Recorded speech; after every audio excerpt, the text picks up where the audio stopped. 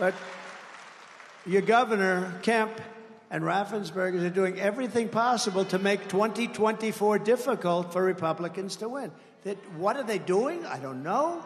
They got something in mind, you know. They got a little something in mind. Kemp is very bad for the Republican Party. He wouldn't do anything. You know, we have Burt Jones over here. We have Burt Jones. All he wanted in the Senate was to have a special resolution passed, and it was all done. Every senator wanted it. Every Republican wanted it. And we have Senator Beach here someplace, too. Where is Senator Beach? Oh, I can't forget him. We can't forget him. A warrior, you know that, and many others in this group. But all they wanted was to have just a special. We want to go over the election. We want to look because there's too many things. And the governor wouldn't sign it. And I knew he would because I got him elected. I sent a young guy over to his office. Would you please have him sign this? And the kid came back. He said, sir, he won't sign. Of course he will. I got him elected. Give me a break. Of course he will. No, he wouldn't. And then I said, well, go back over. Tell him it's for me. It's a good thing, not a bad thing. They want to look into possible election fraud. Wouldn't you say, Senator, that's a good thing, right? They want to look into election fraud. It comes back, sir, I said it was for you. This was a few years later after I won him the election. Don't forget, I endorsed him. And you had a very good man, Casey Cagle, your lieutenant governor. He was going to win easily. And David Perdue, where's David? I love David, but that was his only mistake. He said, sir, would you endorse a friend of mine, Brian Kemp? I said, who's Brian Kemp? He said, he's a friend of mine, sir. And Sonny came too. This was probably the only mistake of David's life. That was a beauty, David. Thanks, David, I appreciate it. And I endorsed this guy. He was like way down on the list. He was doing terribly. And he immediately, you know, my endorsement means a lot, and I'm very careful with it. And I endorsed him, and he won in a landslide. And then he said, I can't beat Stacey Abrams. I can't beat her. She's going to be too tough. And she felt that, too, by the way. She still feels it. You know, she's constantly saying she won the election. She can say it, but I'm not allowed to say it. I'm not allowed to say it. And Michaela, I love you, Michaela. I'm in love with Michaela. Please explain that to Melania. Please explain that to our First Lady. You're fantastic. Now, you are a special person. But I endorsed him, and then she said, I can't beat Stacey Abrams. He said that, and his wife said it too. I said, well, you won the nomination, so let's do some big rallies. And I did them out at an airport, massive rallies, 55,000 and 52,000. There may have even been a third, I don't know. I remember 2 monster rallies. And I said, you're going to win. He said, I don't think so, sir. I said, no, you're going to win. I'm telling you, I can tell the vibe of the people. I'm like, I think, David, 287-0 in the last 12 months with endorsements. People respect my endorsement, and I respect them, and I love them. I love them. But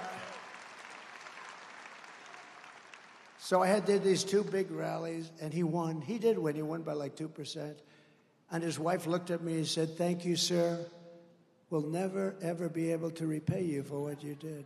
You got my husband the nomination, and then we beat somebody who was unbeatable. You know, she was, in theory, unbeatable. She was the hottest politician in the country at the time. Democrat politician, I would say I was hotter because I was president. So I was hotter than I'm only kidding, Marjorie. I'm only kidding. Although maybe I'm not kidding, actually. No, she was like the hottest, certainly the hottest Democrat politician in the country. And she was going wild for years. She's still going wild. She can't even believe it. But I got him by doing massive rallies. And I really worked hard. He's the most disloyal guy I think I've ever seen. But think of the wife. We can never repay you for what you've done, sir. We could have never won. And now she said 2 weeks ago that I will not endorse him because he hasn't earned my endorsement. I haven't earned her endorsement. I have nothing to do with her. Somewhere he went bad. And you know what? Your numbers in Georgia are very average. Your crime numbers, your economic numbers, all of your numbers, you're very average. You can do a lot better, and you'll do a lot better with a better governor. You can do a lot better, just so you understand. But I don't want her endorsement. I don't want his endorsement. I just want them to do their job for Georgia. And you know what? He's the governor. He ought to support his Republican Party, because if he doesn't have his Republican Party, I could tell you where he came from, and it wasn't good. And you have a great leader of the Republican Party right here. Stand up, please. He has done an unbelievable job, and he has to work like hell with a governor that doesn't help him. And Raffensperger ought to make sure that the vote is honest. And they don't want the vote to be honest. In my opinion, they want us to lose. That's actually my opinion. And we can't let that happen, because if we lose Georgia, we lose the whole thing and our country goes to hell, because we can't have her be president of the United States. She's grossly incompetent. We can't let that happen. They're the ones, don't forget, who got Fani Willis and her lover boy boyfriend all jazzed up. This guy, the governor, you know what? She's an embarrassment to the state of Georgia. He's the governor of Georgia. He ought to do something. Many, many people, their lives have been, forget about me, many people, I'm used to it. It's true. I'm used to fake crap that goes on with these politicians. But many, many people, their lives have been destroyed because of Fani, F-A-N-I, Fani. You have to pronounce it Fani. It's called Fani. You have to pronounce Fani. I don't know how she gets. She should add a little U in there someplace if she wants people to call her. No, her and her lover, right? Lover boy Wade. She hired him because of experience. Paid him almost $1 million a year for experience. He's got great experience. He never did a thing like this in his life. He knew nothing about it. The only thing he knew about was something else. He knew about that. That's all he knew about. He didn't know a damn thing. Do you know him? Have you ever met him? Yeah, a couple of times. You ever see the phone records, phone calls being made at 3 o'clock in the morning, like every single night, phone call from her house? And he said, no, not well. I don't know her well. No. And this governor, I assume, I don't know, he could straighten it out because his state has become a laughingstock over it. And you know what? I love this state. I won this state twice, in my opinion. Once I won, and I did much better the second time. And Bert knows it, and Beach knows it, and everybody else knows it. He could have ended the travesty with a phone call because I did nothing wrong, and neither did all of those good people that are being persecuted. People in their 80s, they signed something, because they see what's going on. I guarantee if I took a vote of this audience, if I said, what do you think? I won't do that. They'll come and indict you if you say that, right? Now, they can say it. Stacey Abrams can say that she won the election, it's fine. But if we say we won the election, and we did, that's not fine. We can't do it. Hillary Clinton is still complaining about the election, even though she called me up that night and conceded. But Hillary Clinton is constantly complaining about it. Nothing happens to her.